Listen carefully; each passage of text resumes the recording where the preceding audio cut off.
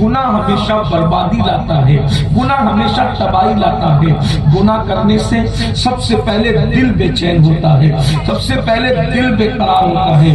بولیے یہ بات صحیح ہے کہ نہیں کہ آج ہر انسان کہتا ہے حضرت سب کچھ ہے سکون نہیں ہے، ہر انسان کہتا ہے سب کچھ ہے سکون نہیں ہے، یعنی دولت ہے، مال ہے، دکان ہے، مکان ہے، بہت کچھ ہے مگر سکون نہیں ہے۔ کیوں؟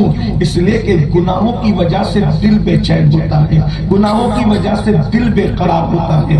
اور یاد رکھنا گناہ کوئی بھی کرے اللہ اس کے گناہ کی سزا اس کو دیتا ہے، اللہ رب العزت گناہ کی سزا ضرور دیتا ہے، اب اس کی اپنی مرضی پر ہے وہ کیا سزا دیتا ہے۔ اور یہ جو ہمارے دماغ کے اندر بات چلتی ہے کہ ہم گناہ کریں گے تو قبر میں سزا ملے گی، گناہ کریں گے تو میدان محشر میں سزا ملے گی، ایسا نہیں ہے۔ قبر میں اور میدان محشر میں جو سزا ملے گی وہ تو بڑی خطرناک ہے، وہ تو بڑی دردناک ہے۔ ہمارے گناہوں کی سزا ہمیں دنیا میں بھی ملتی ہے لیکن ہم اس کو محسوس نہیں کرتے۔ ہمارے بزرگوں نے فرمایا اگر کوئی بندہ گناہ کرے تو اللہ اس گناہ کی وجہ سے اس کی اولاد کے دل سے اس کی فرما برداری کا جذبہ نکال دیتا ہے۔ آپ ذرا غور کیجئے، آج ہر ماں باپ کا مسئلہ ہے، ماں باپ شکایت کرتے ہیں میری اولاد میری فرما برداری نہیں کرتی، یہ کیا ہے؟ یہ اللہ کا عذابوں میں سے ایک عذاب ہے۔ اسی طریقے سے جب کوئی گناہ کرتا ہے اللہ میاں بیوی کے درمیان نفرت پیدا کر دیتا ہے، وہ یہ اللہ کے عذابوں میں سے ایک عذاب ہے۔ جب کوئی بندہ گناہ کرتا ہے اللہ اس کی نیند سے سکون چھین لیتا ہے، یہ اللہ کے عذابوں میں سے ایک عذاب ہے۔ آج لوگ نیند کی گولیاں کھا کر کے سو رہے ہیں مگر ان کو سکون کی نیند نہیں آتی، وجہ یہ اللہ کے عذابوں میں سے ایک عذاب ہے۔ بھائیو یہ قبر کا جو عذاب ہے وہ تو میں اس وقت تو بیان ہی نہیں کر رہا ہوں، وہ تو ہوگا جو میدان محشر کا عذاب ہے، وہ جو ہوگا وہ تو ہوگا مگر یہ دنیا کا عذاب ہے۔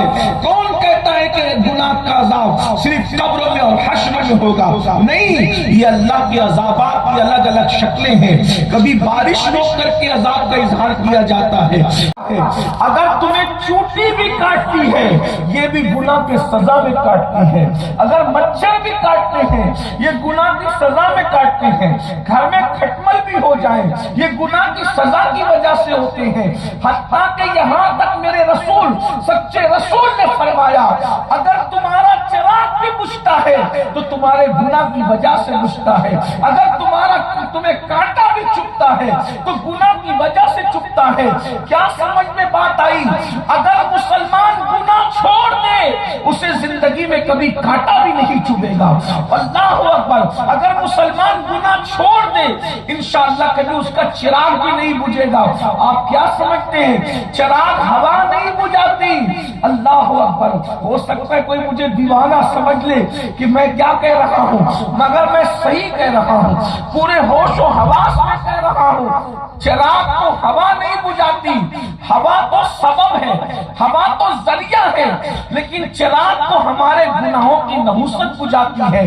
ایک مثال کے ذریعے سمجھا دوں بہت آسانی کے ساتھ، آپ نے نام سنا ہوگا، بڑا نام ہے، اللہ اکبر، سیدنا مخدوم علی احمد صابر کلیری کا نام سنا ہوگا، سرکار صابر پاک کا نام سنا ہوگا۔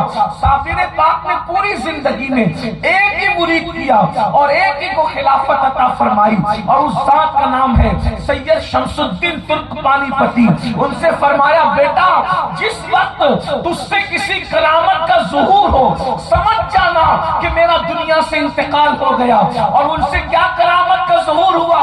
اللہ اکبر، سخت طوفان آیا اور طوفان میں وہ چراغ جلا کر قرآن کی تلاوت کر رہے تھے۔ کیا پتا چلا اگر اللہ رسول کے وفادار ہو تو تمہارے چراغ کو بھی آندھی نہیں بجھا سکتی۔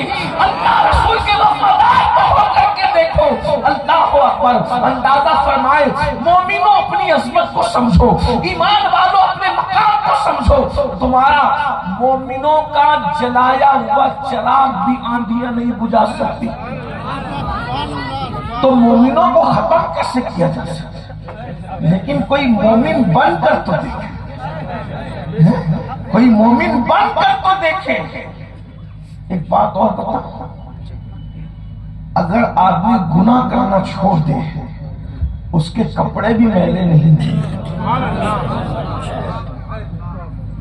یہ اپنی طرف سے میں نہیں کہہ رہا ہوں، حضرت داتا علی حجویری رحمت اللہ علیہ فرماتے ہیں کہ ہم اپنے پیر و مرشد شیخ جلابی کے ساتھ جا رہے تھے، بارش ہوئی تھی، شیخ آگے آگے چل رہے تھے، ہم پیچھے پیچھے چل رہے تھے، جس راستے سے ہم جا رہے تھے اسی راستے سے ہمارے مرشد بھی جا رہے تھے۔ تو ہم نے کیا دیکھا، جب ہم وہاں پہنچے منزل پر تو ہمارے جوتے اور کپڑے کیچڑ میں بھر گئے تھے، لیکن مرشد کے نہ جوتے بھرے نہ کپڑے بھرے۔ ہم نے کہا جو راستہ ہمارا وہی آپ کا بھی، آپ کے کپڑوں پر اور جوتوں پہ کیچڑ نہیں لگا۔ مسکرا کے کہا بیٹا گناہ کی گندگی چھوڑ دو، اللہ تمہیں اس کیچڑ کی گندگی سے بھی بچا لے گا، اللہ تمہارے لباس کی نہیں۔ بھائیو گناہ یہ چیز ہے، گناہ کو ہم نے سمجھا کیا ہے، اب ہم طرح طرح کے گناہ کرتے ہیں۔ دیکھیے بہت سارے گناہ تو ایسے ہیں، بہت سارے گناہ ایسے جس کو ہم گناہ سمجھتے ہی نہیں، اور وہ پہاڑ جیسے گناہ ہیں، بہت بڑے بڑے، جیسے جھوٹ۔ میں سمجھتا ہوں کہ ہم میں کوئی بھی اس وقت یہ اللہ والوں کی بات نہیں کر رہا ہوں، میں اپنی اور آپ کی بات کر رہا ہوں، ہم میں سے کوئی جھوٹ سے بچا نہیں ہے، سب جھوٹ بول رہے ہیں۔ ظاہر سی بات ہے اس ملک میں رہتے ہیں جس ملک کا سب سے بڑا آدمی جھوٹ بولنے میں ڈبل PhD کیا ہوا ہے، تو سب جھوٹ بول رہے ہیں۔ کتنا جھوٹ بول رہے ہیں، کتنا، کاروبار کرتے وقت جھوٹ، گھر میں جھوٹ، یہ جھوٹ کیا ہے، جھوٹ کیا ہے؟ اللہ کے رسول علیہ السلام سے پوچھا گیا یا رسول اللہ کیا مومن ایمان والا بدکاری کر سکتا ہے؟ اللہ کے رسول علیہ السلام ہاں، اگر شیطان اس پہ غالب آ جائے تو مومن بدکاری کر سکتا ہے۔ پھر ایک گناہ کے بارے میں پوچھا کیا حضور مومن چوری کر سکتا ہے؟ آقا نے فرمایا ہاں، اگر شیطان اس پر غالب آ جائے تو مومن چوری بھی کر سکتا ہے۔ پھر پوچھا یا رسول اللہ کیا مومن جھوٹ بھی بول سکتا ہے؟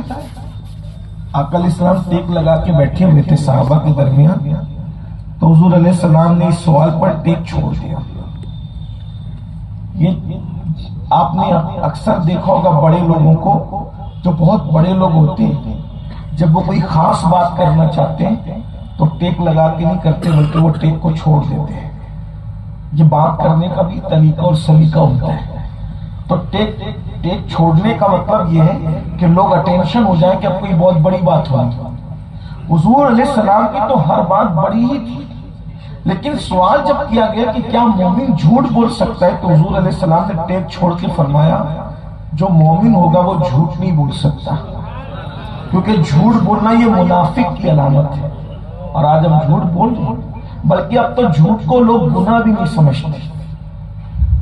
فون آیا، کسی کو کہا تھا کہ میں 2 بجے پہنچوں گا، اٹھایا فون، بھائی کہاں پہنچا؟ گھر میں، بولتا رستے میں، یہ جھوٹ ہے۔ بلکہ جلسے میں جاتے ہوئے لوگ جھوٹ بولتے ہیں، اسٹیج سے بار بار فون آ رہا ہے، ادھر لیٹ ہو رہے ہیں، ہاتھ چوموا رہے ہیں، ہاتھ چوم رہے ہیں، اور جلسے والے ہوتے ہیں جلدی آ کہاں ہے، پتہ نکل گئے، حضرت نکل کے رستے میں۔ تو میں ان سے کہتا ہوں یار تم لوگ جلسہ کرانے کے لیے زیادہ سے زیادہ جلسے میں کمیٹی کا صدر ہوگا، سیکریٹری ہوگا، کوئی بھی ہوگا، کیا کر لے گا؟ بتائیں کیا کرے گا؟ کوئی دوست ہے ہمارا کیا کر لے گا؟ ارے بھائی اگر کوئی سیٹ بھی ہے وہاں نوکری کرتے ہو کیا کر لے گا؟ سیٹ زیادہ سے زیادہ نوکری سے ہٹا دے گا، کمیٹی کا صدر ناراض ہوگا، پبلک ناراض ہوگی، اس سے زیادہ کچھ نہیں۔ سوچئے تو صحیح، مخلوق کو خوش کرنے کے لیے ہم اللہ کو ناراض کر رہے ہیں۔ آپ کہہ دیں میں گھر میں ہوں ابھی تک نکلا نہیں ہوں، گالی دے گا وہ، غصے میں آئے گا وہ، کیا کرے گا؟ مگر ہم جھوٹ بول رہے ہیں۔ مسلمانوں، اللہ کے رسول علیہ السلام فرماتے ہیں مومن جھوٹ نہیں بول سکتا، مومن سچا ہوتا ہے۔ یہ منافق کی نشانی ہے۔ ہم اپنے بچوں کو بھی جھوٹا خود بنا رہے ہیں۔ ہمارے بچے جھوٹ بولنے کے لیے سیکھنے کے لیے کہیں جاتے نہیں ہیں، وہ ہم سے سیکھتے ہیں۔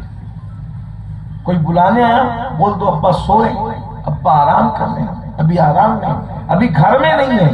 یہ حالات ہے، یہ جھوٹ ہماری زندگی میں۔ آپ یاد رکھیے، جس دن مومنین جھوٹ سے نکل جائے وہ سچے مومن ہوں گے۔ آج ہم مسلمان تو ہیں مگر سچے مومن نہیں ہیں۔ مومن وہ ہے کہ جو اپنی زبان کو جھوٹ سے روکتا ہے۔ اب یہاں پر کسی کے دل و دماغ میں وہم آ سکتا ہے کہ اگر ہم جھوٹ نہیں بولیں گے کام کیسے چلے جائیں۔ آج تو پوری مارکیٹ میں سب جھوٹ بول رہے ہیں۔ یہ بھی یاد رکھنا، اگر تم نے واقعی اللہ کو رب مانا ہے میرے بھائیوں، سچ بول کے کاروبار کریں گے تو اگر انسان ہم سے خریدنے نہیں آئیں گے تو اللہ کا وعدہ ہے کہ اللہ فرشتوں کو انسانی شکل میں زمین پہ بھیجے گا اور وہ تمہارے ساتھ کاروبار کریں گے۔ دیکھیے، سارے معاملات یقین پر ڈیپینڈ کرتے ہیں۔ ہم نے کلمہ تو پڑھ لیا مگر یقین ہمارے پاس نہیں ہے۔ سچائی بہت بڑی چیز ہے اور سچ بولنے والوں کے چہرے بتاتے ہیں کہ یہ سچے ہیں۔ آج ہمارے چہروں پر وہ چیز نہیں ہے جو سرکار غوث اعظم دستگیر کے چہرے پر تھی، غریب نواز کے چہرے پر تھی، ہمارے بزرگوں کے چہروں پر جو چیزیں تھی سچائی کی وجہ سے۔ سرکار غوث اعظم سے کسی نے پوچھا اللہ نے اس مقام پر آپ کو کیسے پہنچایا؟ ہم تو تسبیح مصلی میں الجھے ہوئے ہیں کہ ہمیں اتنے وظیفے کر لیں اور یہ گوشت چھوڑ دیں، وہ انڈا چھوڑ دیں، وہ مچھلی چھوڑ دیں، وظیفے کے اندر اثر پیدا ہوگا، بہت بڑے عامل بن جائیں گے۔ گوشت انڈا مچھلی چھوڑنا اپنی جگہ ہے، جھوٹ چھوڑ کر دیکھو، جتنی تاثیر گوشت انڈا مچھلی چھوڑنے سے نہیں پیدا ہوگی اس سے زیادہ جھوٹ چھوڑنے سے پیدا ہوگی۔ ہم یہ سب چیز چھوڑ رہے ہیں، جھوٹ کیوں نہیں چھوڑ رہے ہیں؟ یہ تو حلال ہے، حیرت کی بات ہے، جو اللہ نے حلال کیا تھا وہ چھوڑ دیا اچھا عامل بننے کے لیے اور تاثیر پیدا کرنے کے لیے۔ اللہ نے جو حرام کیا ہے وہ کیوں نہیں چھوڑتے؟ وہ چھوڑ کے دیکھو۔ ایک بات کہوں، حالانکہ یہ محفل ان لوگوں کے لیے لیکن کہہ دیتا ہوں، اگر یہ گوشت انڈا مچھلی چھوڑو گے تو موکل ملیں گے، اور اگر جھوٹ بولنا چھوڑ دو گے اللہ ملے گا۔ سبحان اللہ، کجا موکل کجا اللہ ہے۔ اگر اللہ مل جائے تو کروڑوں موکل یوں ہی غلام بن جائے، کروڑوں جن انس یوں ہی غلام بن جائے۔ جھوٹ بولنا چھوڑ کر تو دیکھو، نقصان ہوگا۔ کیا نقصان ہوگا؟ مجھے یہاں ایک بات یاد آ گئی، ہمارے سلسلے قادریہ کے بہت بڑے بزرگ ہیں حضرت شیخ ابو بکر شبلی رحمۃ اللہ علیہ، یہ غوث پاک کے بھی مرشدوں کے مرشد ہیں۔ بحر شبلی شیر حق، دنیا کے کتوں سے بچے، یہ شیر پڑھا جاتا ہے شجرے کے اندر۔ ایک مرتبہ حکومت سے ان کی کچھ انبن ہو گئی، انبن ہوئی تو ان کے پیر و مرشد تھے سید الطائفہ طاؤس العلماء سیدنا جنید بغدادی رضی اللہ تعالیٰ۔ تو سوچا کہ یہ لوگ مجھے پریشان کر رہے ہیں، مجھے ڈھونڈ رہے ہیں، تلاش کر رہے ہیں، ایک کام کرتے ہیں کہ جو پیر آخرت میں بچائے گا وہی پیر کی خانقاہ میں جا کر چھپ جاتے ہیں، وہ دنیا میں بھی بچا لیں گے۔ یہ نکلے اور اپنے گھر سے جا کر مرشد کی خانقاہ میں چھپ گئے کہ حضرت لوگ وہ مجھے ڈھونڈ رہے، پولیس والے سپاہی، اور مجھے قتل کرنے کا ارادہ ہے، تو میں یہیں آ گیا ہوں، اب آپ مجھے چھپا لیجیے۔ حضرت نے کہا جاؤ کمرے میں بیٹھ جاؤ۔ ایک کمرے میں بیٹھے تھے، اتنے میں سپاہی آئے اور سپاہی آ کر کے کہنے لگے حضرت کیا آپ نے ابو بکر شبلی کو دیکھا ہے؟ مرید ہے، خلیفہ ہے، آ کر ابو بکر شبلی کو دیکھا ہے؟ ہاں دیکھا ہے۔ کہاں ہے؟ ابھی تو خانقاہ میں آتے اندر بیٹھے ہوئے ہیں۔ ان کی دل کی دھڑکن تیز ہو گئی، یا اللہ میرے مرشد نے کیا کر دیا اس وقت کہ اگر ان کو ایسے بتانا تھا تو مجھے چھپایا کیوں؟ بول دیتے کہیں اور چلے جائیں، اور اگر چھپایا تھا تو انہوں نے بتایا کیوں؟ لیکن جیسے سپاہی اندر داخل ہوئے یہ سپاہیوں کو دیکھ رہے ہیں، سپاہی ان کو نہیں دیکھ پا رہے۔ سپاہی انہوں نے ڈھونڈا اور چل دیے، تو اتنے میں جب وہ چل دیے تو کیا ہوا؟ وہ کہا کہ آپ ہم سے مذاق کرتے ہیں، اتنے بڑے بزرگ ہو کر کے کہتے اندر بیٹھا ہے، وہ تو اندر کوئی ہے ہی نہیں۔ کہا میں نے بھیجا تھا ابھی نا اندر، وہ اندر گیا ہے۔ کہا یا اللہ یہ پھر نئی مصیبت, ابھی پھر بتاتے ہیں, جا رہے تھے تو جانے کیوں نہیں دیا. بہرحال وہ پھر آئی, پھر ان کو کوئی نظر نہیں آیا. ان کو ایسا لگا شاید حضرت کسی اور کیفیت میں, خدا جانے اللہ والوں کی کیا کیا کیفیت ہوتی ہے, تو پتہ نہیں کسی کیفیت میں وہ چلے گئے. یہ آئے, دل کی دھڑکنیں تیز تھی, قدم پکڑی, سرکار اگر آپ کو بتانا ہی تھا تو مجھے کیوں چھپایا تھا, اور اگر چھپا دیا تھا تو پھر بتایا کیوں. تیور بدل گئے. اور ابو بکر کیا تیری وجہ سے میں جھوٹ بولتا, تیری وجہ سے میں جھوٹ بولتا ہوں. سن میرے بیٹے, اگر میں جھوٹ بول دیتا تیری خوشی کے لیے یار کو ناراض کر دیتا, اگر میں جھوٹ بولتا تو تو یہاں پکڑا جاتا, میں وہاں پکڑا جاتا. یہ میرے سچ کی برکت ہے کہ تو یہاں چھوٹ گیا, میں وہاں چھوٹ گیا. نعرہ تکبیر, نعرہ رسالت, اولاد غوث اعظم. سب سے بڑا پرابلم یہ ہے, سب سے بڑا پرابلم یہ ہے کیا کہ ہم نے اسلام قبول تو کیا ہے, اللہ رسول پر یقین ہم نہیں کر پائے. یقین کیجئے, اللہ رسول پہ یقین پیدا کیجئے, انشاءاللہ پھر دیکھیے سچ بول کر کے. تو حضور غوث پاک سے کسی نے پوچھا اتنے بڑے ولی آپ کیسے بنے؟ فرمایا صرف دو چیزوں کی وجہ سے. کون سی دو چیزوں کی؟ دو چیزوں نے مجھے اس مقام پر لا کر پہنچایا کہ میں ولیوں کا سلطان سردار بنا. نمبر ایک, صدق مقال, میں نے ہمیشہ سچ بولا, زندگی میں کئی میں نے جھوٹ نہیں بولا.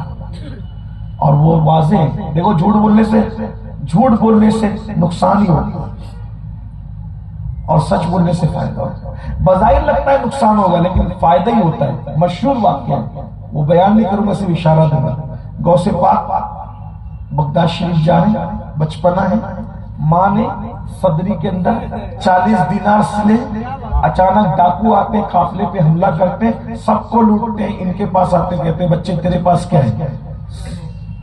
کیا کہا؟ 40 دینار. سچ بولا کہ نہیں بولا؟ سچ بولا, ہاں سچ بولا. اور ان کو یوں لگا کہ یہ بچہ اگر پیسے ہوتے تو یہ بتاتا کیوں, مذاق کر رہا ہے. چلا گیا, جو آیا پوچھا کیا ہے؟ 40 دینار. جو آیا پوچھا کیا ہے؟ 40 دینار. چھپایا نہیں, بتایا, سچ بولا. بولو سچ بولنے سے نقصان ہوتا ہے کہ فائدہ؟ ہم کو تو لگتا ہے نقصان ہو رہا ہے, لیکن غوث پاک کا نقصان ہوتا ہے تو ہوتا ہے. 40 دینار جاتے تو جائیں, یار کی رضا نہ جائے. دیکھ لیں غوث پاک کی 11ویں کھا کھا کر وزن تو بڑھا لیا. غوث پاک کے اس فرمان پر کب یقین لاؤ گے؟ اور یہ واقعہ میں سمجھتا ہوں کہ اتنی مرتبہ میں نے بچپن سے آج تک سنا ہے, ابھی بھی سن رہا ہوں. جب بھی 11ویں شریف آتی تو اس سے لیا کیا ہے, سیکھا کیا ہے. اور سارے ڈاکو آ کر پوچھتے رہے لیکن کسی نے چھینا نہیں. آخری میں ڈاکوؤں کے سردار نے پوچھا بچے تیرے پاس کیا ہے؟ کہہ دیا 40 دینار. اس نے کہا کہاں ہے؟ کہا میری صدری میں. کھولا تو نکلی, کہا تم جھوٹ بھی بول سکتے تھے کرنا. ماں نے کہا جھوٹ نہیں بولی. اور اس کے بعد یہی واقعہ, پھر میں نے کہا تو واقعہ نہیں بتاؤں گا, لیکن اب بتاؤں گا بھی نہیں, مجھے اور دوسری طرف چلنا ہے. لیکن یہی سچ ان ڈاکوؤں کے توبہ کا سبب بنا اور وہ سارے ڈاکو مقام ولایت پر پہنچے. سچ بولنے سے, بچپنے میں سچ بولنے سے خود ہی ولی نہیں بنے, ان کی وجہ سے, ان کے سچ کی برکت سے ڈاکو ولی بنے. جب غوث پاک سچ بولے تو ڈاکو ولی بن جائیں. اگر قادری مرید سچ بولنا شروع کرے تو اس کو مقام ولایت کیوں نہیں مل سکتی؟ صدق مقال فرماتے میں ہمیشہ سچ بولتا رہا, میں نے کبھی جھوٹ نہیں بولا. اور نمبر 2, رزق حلال, حلال کھاتا رہا, سچ بولتا رہا, اللہ نے اس مقام پر. اور یہ دونوں چیز ہم قادریوں کے پاس نہیں ہے اس وقت, نہ سچ ہے نہ حلال ہے. دیکھ لیجیے 250 روپے کی چپل بیچنے کے لیے مسلمان جھوٹی قسم کھاتا ہے, ملاوٹ مسلمان کرے گا, اس کا لے کر کے ہڑپ کر جائے, قرضہ لے کر ادا نہ کرے, یہ سب چل رہا ہے. تو میں بات عرض کر رہا تھا, اب اس کو کی طرف کہیں تو اینڈ کرنا پڑے گا, میں اپنے عنوان کی طرف. تو یہ جھوٹ, اس میں بھی ہم مبتلا ہیں. اس کے بعد اچھا ایک بات بتا دوں, جھوٹ بولنا کہیں کہیں اجازت دے دی جاتی ہے مجبوری کے تحت. کہیں جھوٹ بول سکتے, جہاں بول سکتے وہاں نہیں بولتے, جہاں نہیں بولنا چاہیے وہاں بولتے. جھوٹ کہاں بول سکتے ہیں؟ میں آپ کو بتا دیتا ہوں. اگر میاں بیوی کے درمیان جھگڑا ہو جائے، اختلاف ہو جائے، تو بیوی کو منانے کے لیے شوہر جھوٹ بول سکتا ہے، اور شوہر کو منانے کے لیے بیوی جھوٹ بول سکتی ہے. ایسی اگر دو مسلمانوں کے اندر اختلاف ہو جائے تو ان کو ملانے کے لیے، جیسے دو بھائیوں میں جھگڑا ہو گیا، اب آ کر بولے ارے تو کیوں ان سے لڑتا ہے؟ یار میں جاتا ہوں تو تیری کتنی تعریف کرتا ہے. تو یہ تو بظاہر جھوٹ ہی ہے نا، بظاہر تو جھوٹ، لیکن جو ہے ملانے کے لیے. ہم ملانے کے لیے جھوٹ نہیں بولتے، ہم لڑانے کے لیے جھوٹ بولتے ہیں. ہاں آج ہم لڑانے کے لیے جھوٹ بول رہے ہیں. بھائیوں اللہ سے ڈرو، مرنا ہے. اور ایک بات یاد رکھنا، جب اللہ سزا دیتا ہے آدمی سے توبہ کی توفیق بھی چھین لیتا ہے. مت لڑاؤ، آپس میں نہ لڑو نہ لڑاؤ. اللہ کے رسول علیہ السلام نے فرمایا، صد الافاضل فخر الاماثل. علامہ سید نعیم الدین مراد آبادی رحمۃ اللہ علیہ نے تفسیر خزانہ عرفان کے اندر لکھا ہے کہ آقا فرماتے ہیں جو میری امت کو لڑائے وہ شیطان کی اولاد سے، اس کو شیطان کی اولاد فرمایا، وہ شیطان کا بیٹا ہے، وہ شیطان کی ذریت ہے. آج ہم لڑائے ملان ہی نہیں. اور ہمارے بزرگوں نے ہمیشہ ملانے کا کام کیا.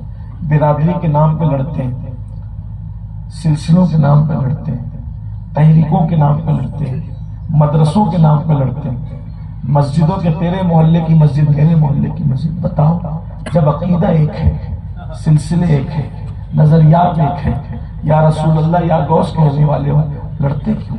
پڑوسیوں سے لڑتے ہو، پڑوسیوں سے جھگڑتے ہو. ہم وہ لوگ نہیں. بابا فرید سرکار کہا کرتے تھے ہمارے پاس قینچی نہ لایا کرو، ہمارے پاس سوئی دھاگا لایا کرو، کیونکہ قینچی ایک کو دو کر دیتی ہے اور سوئی دھاگا دو کو ایک کر دیتا ہے. ہم لوگ ایک کو دو کرنے والے لوگ نہیں ہیں، دو کو ایک کرنے والے لوگ ہیں. اس لیے ہم عقیدہ لوگ، خوش عقیدہ لوگ، عاشقان رسول آپس میں مل کے رہیں، متحد رہیں. تو جھوٹ بولتے تو بیوی کو منانے کے لیے خلاف واقعہ بات، جھوٹ سے مراد خلاف واقعہ بات بول سکتے ہیں. اسی طرح دو لڑنے والوں میں خلاف واقعہ بات بول سکتے ہیں. اسی طرح جنگ کا موقع ہوا تو جنگ کے موقع پہ بھی خلاف واقعہ بات بول سکتے ہیں. اس طرح سے یہ چھوٹ دی گئی، اس کے علاوہ کہیں اور چھوٹ نہیں ہے. غیبت فرمایا اللہ کے رسول علیہ السلام نے، الغیبت اشد من الزنا. غیبت زنا سے بھی بڑی چیز ہے، زنا سے بڑھ کر ہے. غیبت میں ہم سب مبتلا ہیں. کسی کے پیٹھ پیچھے ایسی بات کرنا، اگر وہ صالح مومن غیر فاسق ہو، اس کے پیٹھ پیچھے ایسی بات کرنا کہ اگر اس کے سامنے کرتے تو اس کو برا لگتا، یہ غیبت ہے.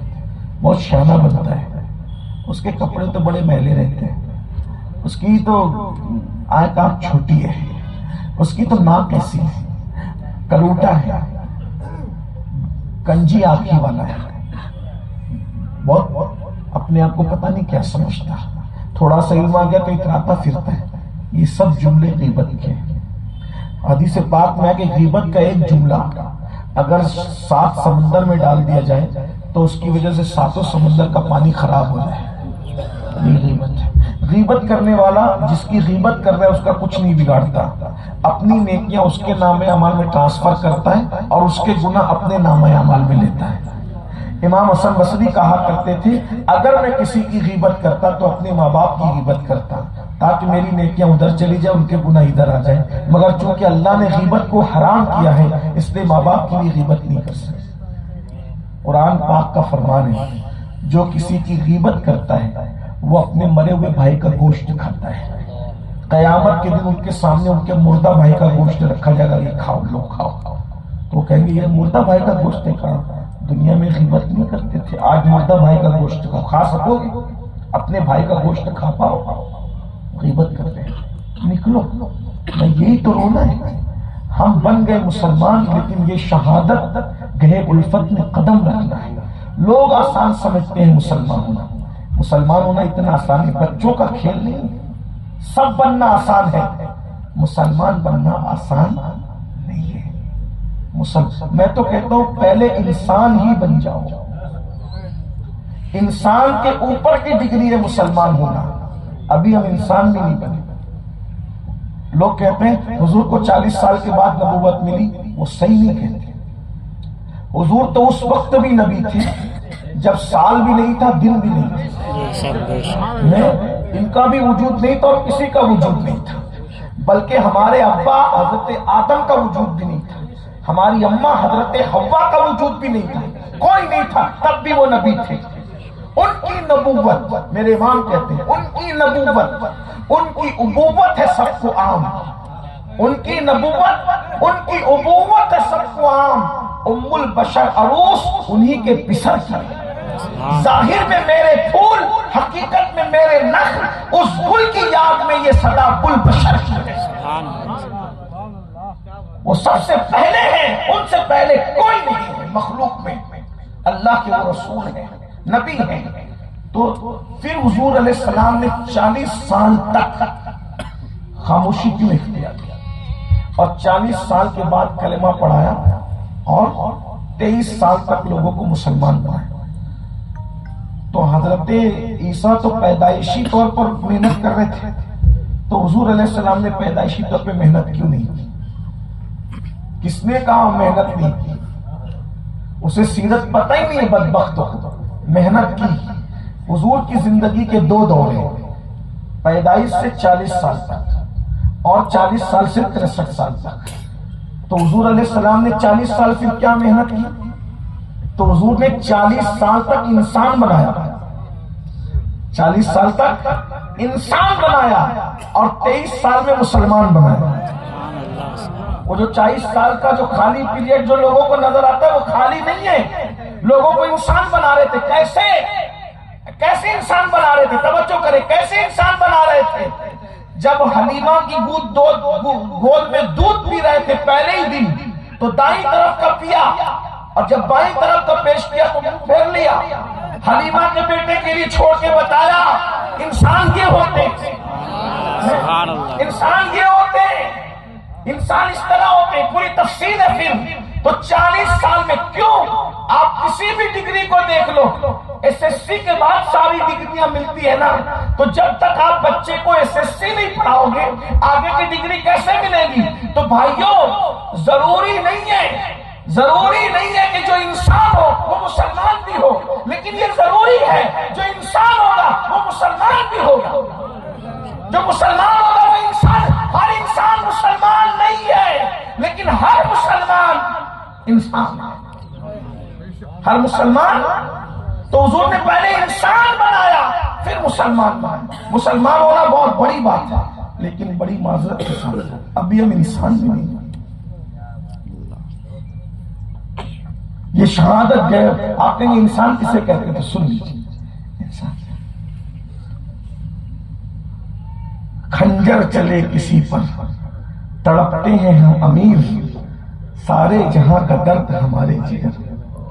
انسان وہ ہوتا ہے کسی کو بھی دکھ میں دیکھو تو بے چین ہو جاتا ہے، یہ انسان ہے۔ کسی کو بھی دکھ میں، اس سے کتے کا درد بھی دیکھا نہیں جاتا، اس سے چڑیا کی پیاس بھی دیکھی نہیں جاتی۔ یہ انسان ہے۔ یہ دنیا میں جتنے گھوم رہے ہیں پہلے ان کو انسان بنے۔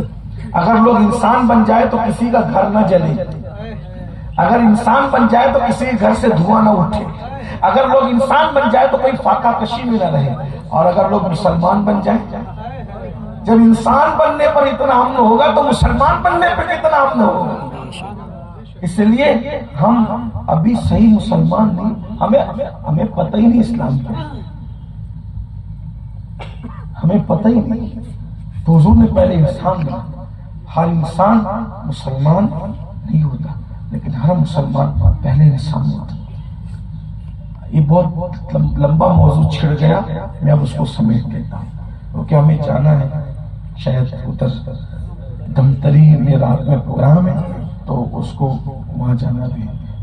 تو غیبت کر رہے ہیں، چغلی کر رہے ہیں، شراب پی رہے ہیں، نشہ کر رہے ہیں۔ انسان نہیں کر سکتا نشہ۔ جو انسان ہوگا اس کو پتا ہوگا یہ جان اللہ کی امانت ہے۔ صرف ایک روایت پیش کرتا ہوں نشے کے متعلق، جو لوگ دنیا میں نشہ کریں گے وہ قیامت کے دن یا تو سور کی شکل میں اٹھیں گے یا تو بندر کی شکل میں اٹھیں گے، اور ان کے ہاتھ کے اندر اس وقت جن چیزوں سے وہ نشہ کرتے تھے وہ نشہ کرنے والی چیزیں ہوگی، یعنی ان کے لیے کوئی ثبوت کی ضرورت نہیں ہوگی، وہ سارا ثبوت لے کر کے اٹھے گے۔ اللہ اکبر۔ اور جہنمیوں کی شرمگاہوں سے جو خون اور پیپ نکل رہا ہوگا، اللہ تعالیٰ نشہ کرنے والوں کو پلائے گا، وہ کہے گا یہ کیا پلایا جا رہا ہے؟ اللہ فرمائے گا تم دنیا میں نشہ نہیں کرتے تھے۔ بہت آگے بہت روایتیں، بہت ایک روایت اور سن لو، اس کی اہمیت کے اعتبار سے اس کو بیان کرتا ہوں۔ اس روایت میں کوئی انسان نہیں ہے حضور تک یہ روایت آنے تک، اللہ نے جبریل کو بتایا، اور جبریل نے قسم کھا کے کہا اللہ کی ربوبیت کی قسم یہ بات مجھے اللہ نے بتایا۔ پھر جبریل نے حضرت میکائیل کو بتایا، میکائیل نے اسرائیل اور اسرافیل کو بتایا، اور پھر حضور تک یہ بات پہنچی، اور حضور نے پھر صحابہ کو بتایا، یعنی اللہ سے یہ 4 فرشتے اور پھر حضور۔ یعنی یہ روایت میں سمجھتا ہوں کہ میری اپنی معلومات میں کوئی روایت ایسی نہیں ہے، ہوگی کوئی اور، لیکن جتنا ٹوٹا پھوٹا 2-4 صفحات یا 70 میں نے پڑھا ہے، بہت زیادہ پڑھا لکھا نہیں ہوں، لیکن میرے علم میں کوئی ایسی روایت فی الحال نہیں ہے کہ جس میں اللہ کے بعد یہ 4 فرشتے روایت کر رہے ہیں اور حضور تک پہنچے۔ عام طور پر جو حدیث قدسی ہوتی ہے وہ اللہ اپنے محبوب سے بیان کرتا ہے، بیچ میں جبریل ہوتے ہیں، کبھی جبریل بھی نہیں ہوتے، لیکن یہ چاروں رسول ملائکہ مقربین، اب وہ روایت کیا ہے؟ حضرت جبریل، میکائیل، اسرائیل، اسرافیل، چاروں فرشتے قسم اٹھا کر کہتے ہیں کہ اللہ نے ہمیں بتایا کہ نشہ کرنے والا بت پرست کی طرح ہے۔ بت پرست سمجھتے ہیں یعنی بتوں کی عبادت کرنے والوں کی طرح اللہ کے نزدیک۔ سوچئے کیا بچتا ہے۔ یہاں تک فرمایا کہ جو انسان نشہ کرتا ہے، نشہ کرتے وقت وہ مومن نہیں رہ جائے۔ نشہ کریں گے تو کمائیں گے کب؟ ماں باپ کی خدمت کب کریں گے؟ ہوش ہی نہیں رہتا، تعلیم کب حاصل کریں گے؟ ایجوکیشن پر کب توجہ دیں گے؟ اس وقت تو سازش ہے کہ مسلمانوں کے بچوں کو پڑھنے مت دو، کیونکہ ان کے پاس ٹیلنٹ اتنا ہے کہ جس دن یہ پڑھیں گے کوئی ٹک نہیں سکے گا۔ اگر آپ گہرائی میں جاؤ گے، بجلی سے لے کر اور جتنی جدید ترقی یافتہ چیزیں، ان سب کو ایجاد کرنے والا کوئی نہ کوئی مسلمان ہے۔ جب ہم نے رخ پھیرا ہے 500 سال سے، ہم نے رخ پھیرا ہے تو لوگوں نے ہماری تحقیقات کو اپنے نام کر لیا ہے۔ یہ کوئی خوش فہمی کی بات نہیں کر رہا۔ ایک مثال دیتا ہوں پھر آگے بڑھتا ہوں، اینڈ کی طرف جاتا ہوں۔ جو نوجوان یہاں پڑھے لکھے ہیں، بڑے بوڑھے بھی پڑھے لکھے ہوں گے، حالانکہ میں وہ کم پڑھا لکھا ہوں، بلکہ اپنے بزرگوں کی جوتیاں برداروں کوئی پڑھا لکھا بھی نہیں، لیکن آپ کو ایک ضابطہ بتاتا ہوں۔ علم صوتیات عربی میں کہتے ہیں اور اردو میں اس کو آواز کا علم کہتے ہیں۔ علم صوتیات کا ایک ضابطہ ہے، یہ ہمیں سائنس میں پڑھایا جاتا ہے۔ اگر آپ نے سائنس پڑھی ہے تو صوتیات کے علم کا ضابطہ ہمیں سائنس میں پڑھایا جاتا ہے۔ آواز سنائی کیوں دیتی ہے؟ جو پڑھے لکھے نوجوان ہیں جنہوں نے سائنس پڑھی ہے وہ میری بات کی تصدیق کریں گے۔ الفاظ ادھر ادھر ہو سکتے ہیں، مفہوم یہی ہے کہ آواز سنائی کیوں دیتی ہے۔ آواز اس لیے سنائی دیتی ہے کہ آواز کی لہریں ہوا کے دوش پر سفر کرتی ہے، یہ ضابطہ ہے۔ آواز کی لہریں ہوا کے دوش پر سفر کرتی ہے، تب آواز سنائی دیتی ہے۔ اسی لیے چاند پر آواز سنائی نہیں دیتی، کیونکہ وہاں ہوا نہیں ہے۔ جب ہوا نہیں ہے تو وہاں آواز سنائی نہیں دیتی۔ اسی طرح اگر ہم کانچ کے اس طرف بول رہے ہوں تو کانچ کے اس طرف کھڑے رہنے والا آدمی آواز نہیں سن سکے گا۔ کیوں؟ اس لیے کہ کانچ کو پار کر کے ہوا ادھر نہیں جائے گی۔ تو بات کون پہنچاتا ہے؟ ہوا پہنچاتی ہے۔ ہوا کے علاوہ اور کوئی ہمارے الفاظ کو پہنچا۔ اسی طرح ہم جو بولتے ہیں وہ ختم نہیں ہوتا، بلکہ وہ الفاظ، وہ آواز ہوا میں تحلیل ہو جاتی ہے۔ یہ ضابطہ، یہ سب سنایا جاتا ہے، پڑھایا جاتا ہے۔ اس کو سب سے پہلے کس نے بیان کیا؟ اس کو بیان کرنے والا، اس کا موجد کون ہے؟ اس کو پہلے کس نے بیان کیا؟ تو آپ کو حیرت ہوگی، آواز کی لہریں ہوا کے دوش پر سفر کرتی ہے، یہ ضابطہ سب سے پہلے جس نے دنیا کے سامنے پیش کیا وہ مظلوم کربلا سید سجاد ولی ابن ولی امام ابن امام سیدنا امام زین العابدین کی ذات ہے۔ سبحان اللہ، سبحان اس سے پہلے یہ ضابطہ دنیا کے سامنے پیش کرنے والا کوئی اور نہیں ہے، اس لیے کہ قرآن ہی سے سارے چشمے نکلتے علم کے۔ آپ کہیں گے وہ کیسے؟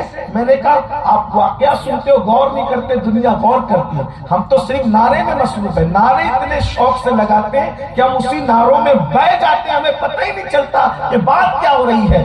آواز کی لہریں ہوا کے دوش پہ سفر کرتی ہیں، یہ ہمیں سب سے پہلے کربلا سے امام سجاد زین العابدین پاک نے بتایا، جس کا نام علی ابن حسین تھا اور وہ مولا حسین کے بیٹے تھے اور ان کے دادا باب مدینۃ العلم تھے۔ کیا بتایا؟ جب سب کٹ گئے، سب شہید ہو گئے، لاشوں پہ گھوڑے دوڑ گئے اور کوئی سہارا نہ بچا، تو امام زین العابدین ہوا سے مخاطب ہو کر کہتے ہیں ان القیا ریح الصبا یوم الى ارض الحرم بلغ سلامی روضۃ فیہا النبی المحترم۔ اے ہوا، اگر تیرا گزر مدینے کی طرف ہو تو میرا سلام میرے نانا جان کی بارگاہ میں پیش کر۔ سبحان اللہ، سبحان اللہ، نعرہ تکبیر، اللہ اکبر، نعرہ رسالت، اولاد غوث اعظم۔ یہ ہے علم کی بنیادیں جو آپ کے بزرگوں نے فراہم کی۔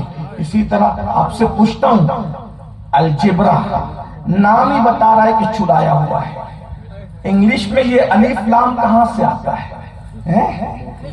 ہندی میں الف لام کہاں سے آئے گا؟ اس لیے کہ ہمارے یہاں الف لام کی خصوصیت ہے، جہاں الف لام لگ جائے تو وہاں پر وہ خصوصیت کا معنی دیتا ہے۔ قلم القلم، کتاب الکتاب، یہ تو پہلے دن کا سبق ہے ہمارے یہاں مدرسے کا۔ تو یہ الجبرا کیا چیز ہے؟ تو پتا چلا یہ اس الجبرا نام ہی بتا رہا ہے کہ یہ کسی کلمے کے منکر کی محنت نہیں ہے، یہ کسی کلمے کے اقرار کرنے والے کی محنت کے نتیجے میں الجبرا ہے۔ اس کا تو ہم سارے علوم قرآن سے نکلے، پڑھ نہیں رہے ہو، کیونکہ غیبت میں مبتلا، چغلی میں مبتلا، نشے، اور ہمیں پڑھنے نہیں دیا جا رہا کیونکہ ہمارا ٹیلنٹ لوگوں کو پتا ہے۔ آپ کے پاس ٹیلنٹ بہت ہے، آپ کے بچوں کے پاس، اس لیے کہ ہم علم کا شہر کون ہے؟ حضور ہے، دروازہ مولا علی ہے، اور ان سے رشتہ کس کا ہے؟ صرف کلمے والوں کا ہے۔ اس لیے جو اپنا سینہ کام کرتا ہے وہ کسی کا نہیں کرتا، جو اپنا دماغ کام کرتا ہے تو کیا ان کے دماغ میں بھوت ڈالو فیس بک کا، ان کے دماغ میں بھوت ڈالو زنا کی فلموں کا، ان کے دماغ میں بھوت ڈالو گندی فلموں کا، سیریلوں کا، اس کا اس کا۔ کیوں؟ یہ اسی کھلونے میں الجھے رہے، یہ پڑھ نہ سکے۔ بلکہ اب تو یہ بھی ہے، کالجز میں باضابطہ طور پر ایسی لڑکیاں داخل کی جاتی ہیں، تمہیں پڑھنا نہیں ہے، پڑھنا نہیں ہے، تمہیں اس لیے داخل کیا جا رہا ہے کہ پڑھنے نہیں دینا ہے۔ ایک شخص کہتا ہے نا، تو اسی پہ اس کو سمجھایا جاتا ہے، نہ پڑھوں گی نہ پڑھنے دوں گی۔ یہ اس کا ضابطہ ہے، میں کوئی مذاق نہیں کرتا، نہ پڑھنے آئی ہوں نہ پڑھنے دوں گی۔ محبت کے جہاں سے محبت کرے گی، محبت کے جہاں سے پھانسے گی، تیری زندگی برباد کر دے گی۔ اس لیے ہمارے یہاں لڑکی سے دوستی کا کوئی تصور نہیں۔ اگر سگے چچا کی بیٹی ہے نا، اس سے بھی بے پردہ نہیں مل سکتے ہم، ہمارے مذہب کا تقدس ہے۔ سگے ماموں کی بیٹی ہے، بے پردہ اس سے نہیں مل سکتے۔ سگی پھپھی کی بیٹی بے پردہ اس سے، جب پھپھی ذات بہن، ماموں ذات بہن، خالہ ذات بہن، چچا ذات بہن، ہم اس کے ساتھ نہیں بے پردہ گھوم سکتے، اکیلے اس کے ساتھ نہیں بیٹھ سکتے۔ اگر وہ بالغ ہو جائے تو کوئی اجنبی لڑکی کے ساتھ ہم کیسے بیٹھ سکتے؟ ہمارے مذہب میں اس کی اجازت۔ لوگ ہمیں بیکورڈ کہتے رہے، لوگ ہمیں دقیانوسی کہتے رہے، ہمیں لوگوں سے کیا ہے؟ یہ ہمارے مذہب کا تقدس ہے۔ تو یعنی یہ کہ نہ پڑھنا ہے نہ پڑھنے دینا ہے۔ کچھ لڑکوں کو داخل کیا جاتا ہے، نہ پڑھوں گا نہ پڑھنے دوں گا۔ وہ لڑکیوں کو، جو لڑکیاں آپ کی جاتی ہیں، ان کو وہ جھانسے میں پھنستے ہیں۔ یہ ہے، کب سمجھو گے، کب سمجھو گے؟ باطل منصوبوں کو کب سمجھو گے؟ نہ سمجھو گے تو مٹ جاؤ گے۔ اے ہندی مسلمان، تمہاری داستان تقدیر نہ ہوگی، داستان خدا کے لیے رحم کرو۔ تمہیں غلام بنانے کے منصوبے دنیا بنا چکی ہے، جب تک ایجوکیشن کی طرف نہیں ہوگی۔ آپ تو کہتے ہیں ہم پڑھ کے کیا کریں گے؟ میں نے کہا ہماری مذہب میں ہر عبادت سے پہلے پڑھنے کا حکم ہے۔ اقرا بسم ربک الذی خلق کیا ہے؟ پہلی وحی کا نزول ہی اقرا ہے۔ نون والقلم ہمارے یہاں ہے، نون والقلم ہمارے یہاں ہے۔ ہمارے نبی فرماتے ہیں کیوں حضور کیوں آئے؟ حضور آئے سب چیز دینے آئے، لیکن حضور نے سب نہیں بتایا، ایک ہی بات بتائی۔ حضور کیوں آئے؟ کہا انما بعثت معلما، میں معلم بنا کر بھیجا گیا، میں تمہیں پڑھانے آیا۔ معلم کا کام ہوتا ہے پڑھانا۔ آقا فرماتے ہیں میں تمہیں پڑھانے آیا ہوں۔ اب اگر نہیں پڑھ رہے ہو تو حضور تم سے راضی کب ہوں گے؟ حضور پڑھانے آئے، پڑھیے، اپنے بچوں کو پڑھائیے۔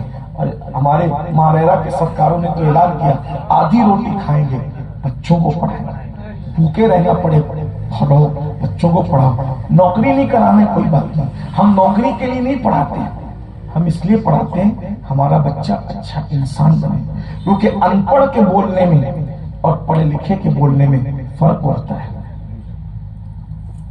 بات پڑھے لکھے کی الگ ہوتی ہے، ان پڑھ۔ ایک حجام تھا، اس کے 2 بیٹے تھے، لیکن باپ نے محنت کر کے ایک کو پڑھا دیا تھا، دوسرا بدھو تھا، نہیں پڑھا تھا۔ تو لوگوں نے، اب حجام بوڑھا ہو گیا تھا لیکن ابھی بھی وہ حجامت کرتا تھا، کام کرتا تھا، تو لوگوں نے کیا کیا کہ چلو ان دونوں بھائیوں کو پورے مجمع میں ذلیل کریں گے۔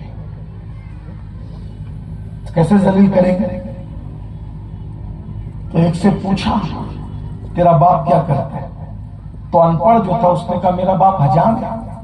سب ہنس دیے، یہ حجام کی اولاد ہے۔ یہ جو پڑھا لکھا تھا اس کو بھی ذلیل کرنے آئے، پوچھا تیرا باپ کیا کرتا ہے؟ کہا میرا باپ وہ ہے جو سب کے سروں پہ ہاتھ رکھتے ہیں نا، میرا باپ ان کے بھی سر پہ ہاتھ رکھتا ہے، اتنا بڑا ہے میرا باپ۔ بات سمجھے؟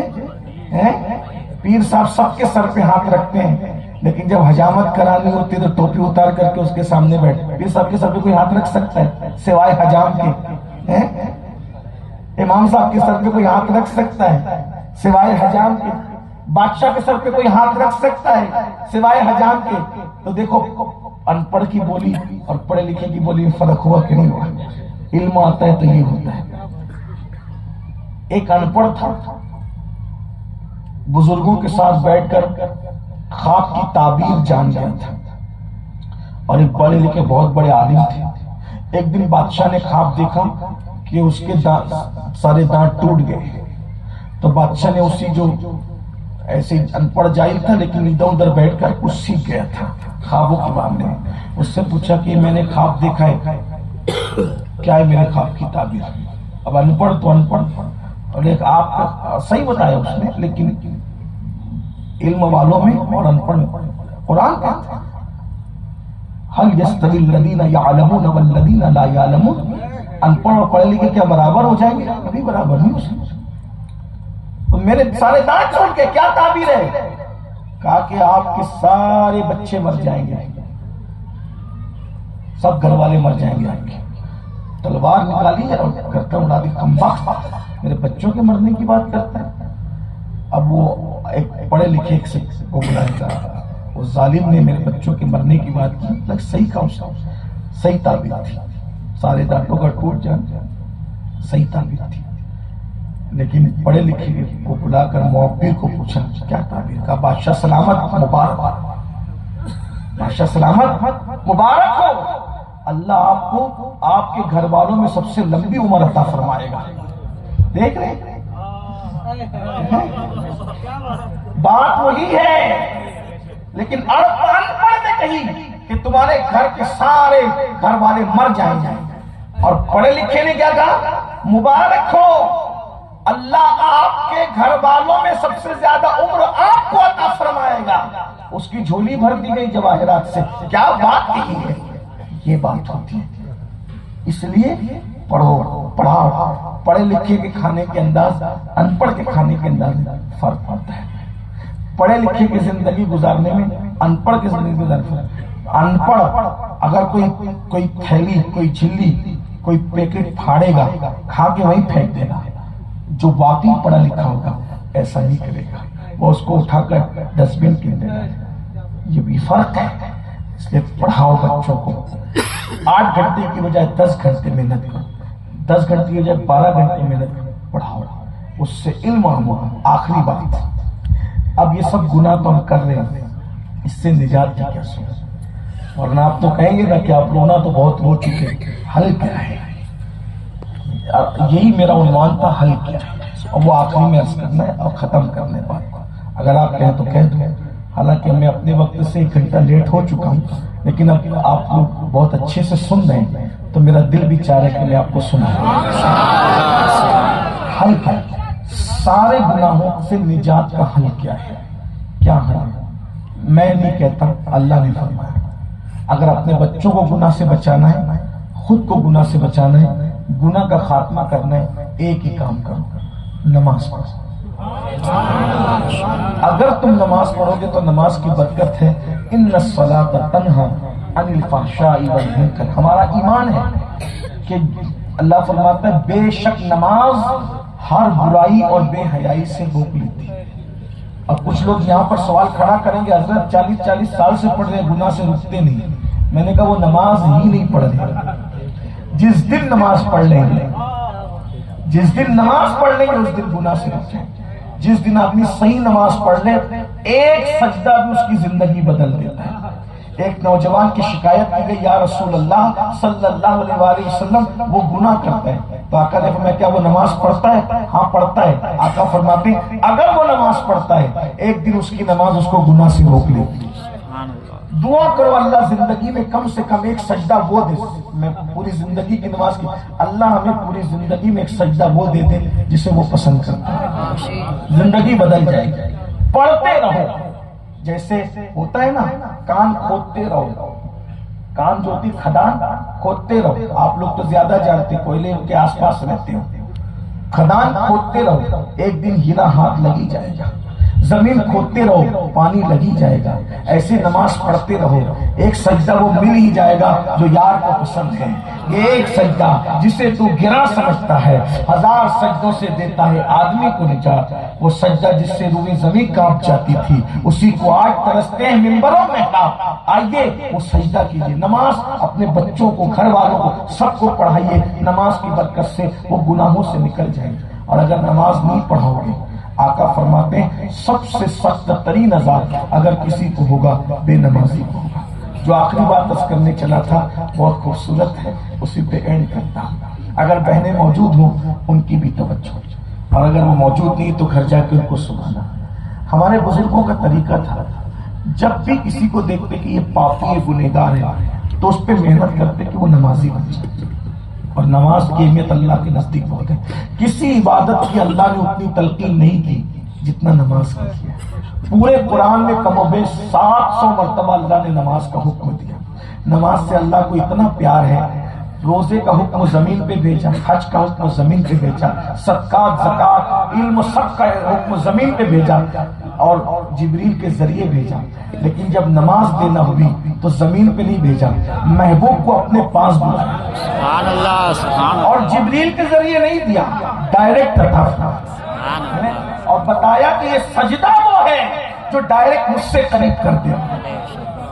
یہ نماز ہے جس کی زندگی میں آقا فرماتے ہیں الا لا دینا لمن لا صلاۃ او کما قال الاسلام، کہ اس کا دین ہی نہیں ہے جس کی نماز نہیں۔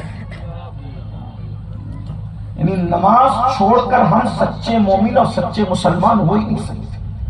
بہت معذرت کے ساتھ جلسوں میں ہزاروں لوگ آتے ہیں، کیا فجر کی نماز میں بھی ایسے آتے ہیں؟ لوگ زیادہ آتے ہیں تو میں خوش ہو کے دعا دیتا ہوں کہ اچھا ہے زیادہ لوگ سن رہے ہیں، لیکن میرا کلیجہ جلسوں کی پبلک دیکھ کے ٹھنڈا نہیں ہوتا۔ کب تک؟ جب تک فجر میں بھی ایسے نہیں آؤ گے جیسے جلسے میں آتے ہو۔ تمہارے بزرگوں کا طریقہ تھا کہ جس کو دیکھتے ہی پاپی ہے، گنہگار ہے، محنت کرتے کہ وہ نمازی بن جائے، کیونکہ نمازی بن گیا اللہ اسے نیک بنا دے گا۔ نماز نیک بناتی، قرآن کہہ رہا ہے، ہمارا ایمان ہے، قرآن نے جو کہہ دیا ہمارا ایمان ہے۔ بچے آوارگی کرتے ہیں، بچیاں کہنا نہیں مانتے، گھر میں نماز کا ماحول بنائیے، نیک بنے گے۔ کہتے ہیں کئی کتابوں کا اتنے مجموعہ ہے جس کو میں اپنے الفاظ کے جامع میں پیش کر رہا ہوں۔ کہتے ہیں کہ مصر میں ایک وقت ایسا آیا کہ ایک خوبصورت لڑکی بہت حسین و جمیل لڑکی، رقاصہ تھی، نچنیا تھی، نچنیا رقاصہ، اس کو رقص کرنے والی، ناچنے والی. جیسے آج فلمیں وغیرہ اس وقت تو یہ سب نہیں تھی. تو لوگ عیاشی اور آوازی کرنے کے لیے کیا کرتے تھے، لڑکیوں کو، عورتوں کو نچاتے تھے، ان کا ناچ دیکھتے تھے. وہ لڑکیاں ناچتی بھی تھی اور گاتی بھی تھی، اس کو رقاصہ کہتے تھے، نچنیا. جیسے آرکیسٹرا وغیرہ ہوتا ہے اس وقت تو مجرے ہوتے تھے، اور وہ بھی حرام تھے، یہ بھی حرام ہے. تو اس کا ناچ اتنا پر اثر تھا کہ پورا مصر اس کا دیوانہ ہو. تو چند اچھے لوگ ہوتے ہیں بے چین ہو جاتے ہیں. تو کچھ لوگ بے چین ہو گئے، یہ لڑکی تو ناچتی ہے، گاتی ہے، شراب کی محفل چلتی ہے، تو ہمارے بچے آوارہ ہو رہے ہیں، مگر کرے کیا؟ کہ اس پہ کوئی زور تو اپنا چلتا نہیں، کوئی بہت مالدار ہے، کوئی زور نہیں چلتا. بادشاہ تک اس کا دیوانہ ہو گیا. تو وہ ایک ولی کے پاس آئے، اور اس وقت کے ولی کا نام تھا حضرت سیدنا ذوالنون مصری رضی اللہ عنہ. بہت بڑے بزرگ ہیں، بہت خوبصورت تھے اور بہت اچھا قرآن پڑھنے والے. اولیاء اللہ تو اچھا پڑھتی ہیں، لیکن ان کی ایک انفرادی خان تھی ذوالنون مصری. حضرت ذوالنون کے پاس آئے، لیکن ذوالنون، وہ لڑکی نے پورے مصر کو برباد کر دیا ہے. بادشاہ پر دیوانہ ہو گیا، لڑکے تو بالکل اس کے دیوانے، پوری رات محفل چلتی ہے اور شریف گھرانوں کے بچے بھی بگڑ رہے ہیں. آپ کچھ کیجیے، آپ یہ کام کر سکتے ہیں، اس کو کسی طرح مصر سے باہر کیجیے. وہ اللہ والے لوگ، اللہ والے جو ہے نا، وہ مریض سے نفرت نہیں کرتے، وہ مرض سے نفرت. تو اللہ والے لوگ گناہ سے نفرت کرتے ہیں، گنہگار سے نفرت نہیں کرتے. اگر ڈاکٹر ہی مریض سے نفرت کرنے لگے، علاج کون کرے گا؟ بلکہ ڈاکٹری کا اصول تو یہ ہے کہ جتنی بیماری بڑھتی جاتی ہے لوگ دور کر دیتے ہیں، لیکن جتنی بیماری بڑھتی ہے ڈاکٹر اتنا قریب کرتے ہیں. سردی زکام ہے، دوا دے کے گھر بھیج دے گا، لیکن اگر ٹائیفائڈ ہو گیا، چکن گنیا ہو گیا، تو کیا کرے گا؟ اب گھر نہیں بھیجے گا، اپنے ایڈمٹ کرے گا، کیونکہ بیماری بڑی قریب کر لیا. اور بیماری بڑی تو ایڈمٹ سے پھر آئی سی یو کے اندر بلا لے گا. یعنی جتنی بیماری بڑھتی جائے گی اتنا قریب کرتا جائے گا، کیونکہ ڈاکٹر ہے نا. تو صوفیہ بھی ایسی ہے، جو جتنا گنہگار ہوتا تھا اس سے اتنا زیادہ قریب ہوتے جاتے ہیں تاکہ اس کا علاج کر سکے. آج ہم لوگ گنہگار ہو کے گناہ سے نفرت نہیں کر رہے، گنہگار سے نفرت کریں. واہ، اصول دیکھیے ذرا. ہمارا حال یہ ہو گیا، خود سود کھائے گا، ہاں، اور پھر یہ بھی کہے گا کہ وہ فلاں تو ایسا ہے. یہ حال ہو گیا. سید المعصومین گنہگاروں سے محبت کرتے تھے، گناہ سے نفرت تھی، گنہگار سے محبت. اور ہم گنہگار گناہوں میں ڈوب کے بڑی بڑی باتیں کرتے. بہرحال ذوالنون مصری نے کہا کہ اس کو مصر سے نکالے. وہ اللہ والے تھے، صوفی بزرگ. انہوں نے کہا تمہارا مقصد کیا ہے؟ ماحول کو ختم کرنا ہے اس کے ناچنے کا، یا اس کو شہر سے باہر کرنا ہے؟ مقصد بتاؤ. مقصد یہ کہ وہ ناچنا بند کرے. کہ پھر تم یہ نہ کہو کہ میں کیا کروں، میں بتا کر لوں گا. کیونکہ اگر ہم نے اس کو بستی سے نکال دیا، وہ کہیں اور جا کے ماحول خراب کرے گی. وہاں تھوڑی ذوالنون مصری ہوگا. تو ماحول تو یہاں کا ہو یا وہاں کا، سب ہمارا ہی ماحول ہے. اس لیے میں ناچ بند کرا سکتا ہوں انشاءاللہ. ذوالنون مصری نے ان کو بھیج دیا. وہ سب مطمئن ہو گئے. آپ نے اپنے ایک مرید سے کہا بیٹا جا، اور جا کر کے اس نچنیا سے پوچھ کہ ایک رات میں جب وہ محفل سجاتی ہے تو پوری رات میں وہ کماتی کتنا ہے، اور وہ جتنا کہیں اتنا اس کے ہاتھ میں رکھ دینا. ایک رات کی رقم، یعنی اگر 100 لوگ مل کے اس کا ناچ دیکھتے ہیں تو 100 لوگ مل کے جتنا دیتے ہیں اتنا اکیلے اس کو اپنے دیں گے. لیکن اس سے کہنا کہ آج رات تو ناچے گی نہیں، کیونکہ تجھے تو رقم سے مطلب ہے، اور رقم جب ہم نے دے دیا تو آج کی رات تیری ہمارے ساتھ گزرے گی. اس کے کہہ دینا آج تیرا عام ناچ نہیں ہوگا، آج کی رات ہمارے ساتھ. وہ گیا، جانے کے بعد پوچھا کہ ہمارے پیر و مرشد پوچھ رہے ہیں. اچھا مرید بھی کیسا تھا؟ نچنیا کے پاس بھیجا پیر صاحب نے، تو وہ گیا بھی اور سب طے تمام کر کے آیا. آج کا مرید ہوتا تو پہلے بیعت توڑتا. پیر صاحب کو کیا ہو گیا، سٹیا تو نہیں گیا؟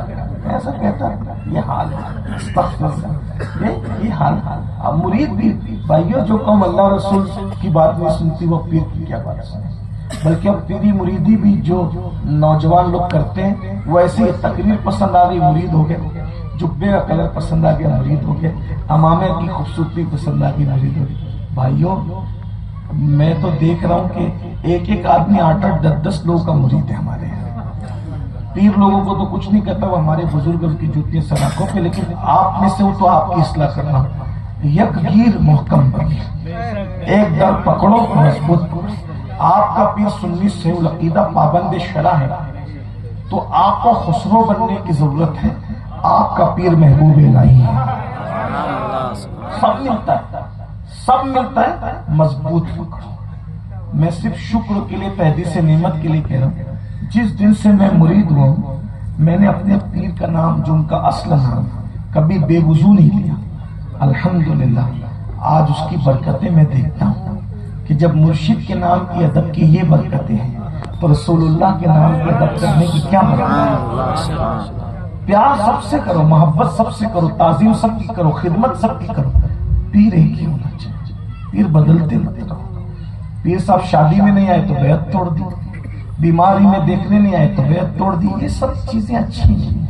بلکہ پیر اور مرید کا معاملہ ایسا ہونا چاہیے کہ روٹنے کا سبب تو تم جانو، ہم تو مصروف ہیں منانے، یہ چیز بہرحال وہ مرید تھا، واقعی مرید تھا، اور گیا بھی طے تمام بھی کیا اور واپس آیا اور آ کے کہا حضرت وہ تو بڑی گھمنڈ کے ساتھ گردن کو جرجری دے کر کے، یعنی کہ اس کا تیور بتا رہا تھا کہ آج ذوالنون جیسا ولی تسبیح مصلی چھوڑ کے میرے پاس آ رہا ہے۔